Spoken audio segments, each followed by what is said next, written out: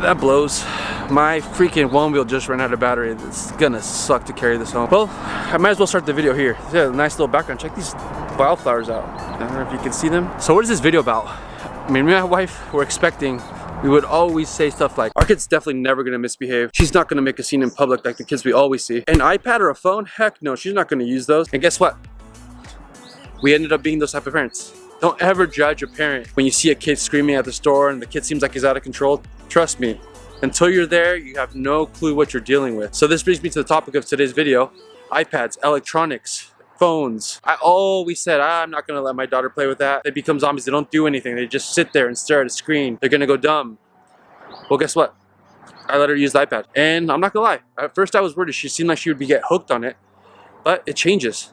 Just because your parents or my grandparents and whatever didn't have iPads doesn't mean that it's a bad thing for them to play with it. To be honest, now what I notice is that my daughter would rather not have the iPad. She actually wants to play, wants to go play soccer, wants to play jumping on the bed. She actually, we give her the iPad and most of the time she gives it back or just forgets that it's there. Now, I'm not saying this is what you should go do. Give everyone iPads and let them play on screens. Don't think that because in the past it wasn't like this, it's not gonna be like that now.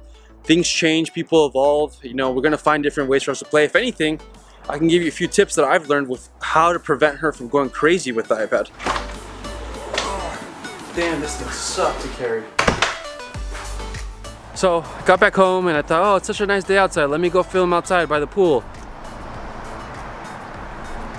Yeah, no, that pool's out of service. Actually, it's been out of service for a couple months. Only reason I'm out here is because inside there's no lights. So if anybody wants to donate lights to the channel, hook me up because my apartment is way too dark to film. And just kidding again.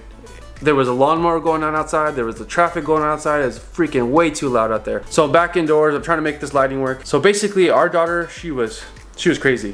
When she got the iPad and we told her to get off the iPad or the time was up, she would flip out. And I'm sure some of you guys are running into this. And like I said, that's when we became even more worried. Like, oh crap, we became those parents that just give them the phone or the iPad and then they become zombies. And it was starting to happen. What we did is we downloaded the UCTeeth app. So as you can see here, my daughter has a lot of her games and stuff that she likes to play. Here's the hack that we learned. We actually downloaded the UCTeeth app, as most of you do, right?